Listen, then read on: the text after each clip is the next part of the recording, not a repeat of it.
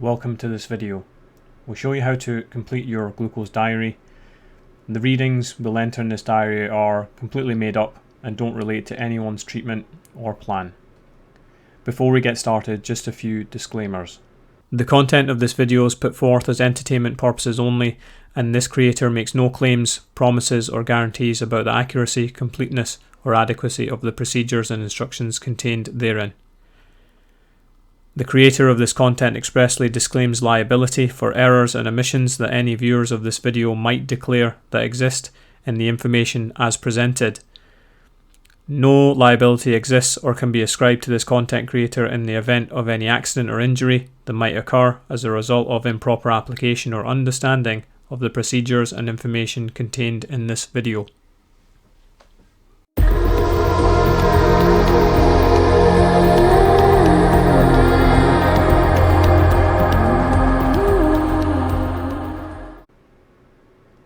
First, we'll print out our diary from www.mydiabetesinfo.co.uk. The link to this website can be found in the description box below. There will also be links in the description on how to print and download your diary from this website. The website also has written guides which you can also download if you prefer it. Here we have our diary which we printed. There are various options of diary depending on your regimen. Your clinician will direct you to which diary number which you should have. As you can see here, the date column is on the left hand side. Under each date is a grey row so you can enter and note the times of the readings. Along the top of the diary, if you're using insulin, there's a row where you can enter the names of your insulins depending on what type they actually are. We then have along the top row the suggested periods for measuring your blood glucose, such as fasting, before breakfast, 2 hours after breakfast, before lunch, 2 hours after lunch, before dinner, 2 hours after dinner, and before bed. There's also columns on the right hand side for times where you might not be feeling well. It's always best to check your blood glucose at these times and enter the time so we can see if you're experiencing any low blood sugar, also known as hypoglycemia. You'll also see in this diary the spaces for entering the number of units of insulin you're injecting. Depending on your treat regimen, you may or may not have these columns in your diary. In this example, we have 5 columns for insulin, 2 for long-acting, 1 in the morning, 1 in the evening, and 3 fast-acting insulin columns at various points during the day. Your clinician will advise you how many times in the day they require you to test your blood glucose. If you want to see how to measure your blood glucose, you'll see a link in the top right hand corner of the video appear now. For our first example, we'll just enter some readings without any insulins. Starting with a fasting reading, which would be when you first wake up. In this example, we have noted 6:30 AM and a reading of 7.7. If there's a significant time between you waking up and before you have your breakfast, in this example we've put down 8 AM, then also note down this reading. In this example we've noted down 8 AM and a reading of 8.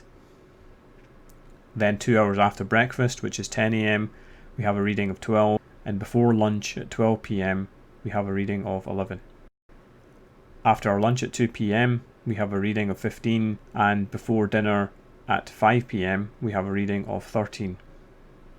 Then 2 hours after this at 7 PM we have a reading of 15, and finally before bed we have a reading of 16.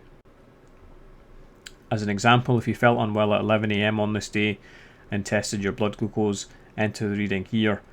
In this case the reading was 8.9 and not due to low blood sugar, also known as hypoglycemia. Then moving on to our second example with some insulin. Here we enter the name of our long-acting insulin, in this case Semglee, with some fast-acting insulin, in this case NovoRapid.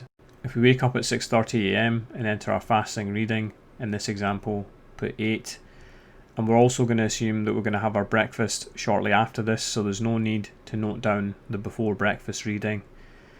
We'll also be injecting our insulin, of course, with breakfast, so at this time we have Semglee at 10 units and NovoRapid at 3 units, and we've noted down the time of the injection. 2 hours after breakfast at 8:30 AM our reading is 6, and before lunch at 12 PM our reading is 8.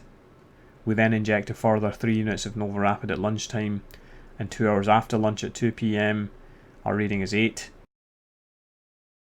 When we measure our blood glucose before dinner at 5 PM our reading is 9. We also inject a further 3 units of NovaRapid. 2 hours after our dinner our reading is 8, and before bed we have a reading of 9. In this example we don't inject another dose of long-acting insulin in the evening, so we're going to cross out this column to avoid any confusion. Just as an example, if we felt unwell again at 11 AM and the reading was 3.8, then this would be classed as low blood sugar, so we'd note this down and the reason if you know what that is. So in this case it was due to some maybe unplanned exercise and possibly not eating enough. All these examples which we've given you in this video are just to show you how to complete the diary and not recommendations for insulins or any treatment regimen. Always consult your clinician for your agreed regimen. Thanks for watching, and I'll see you in the next one.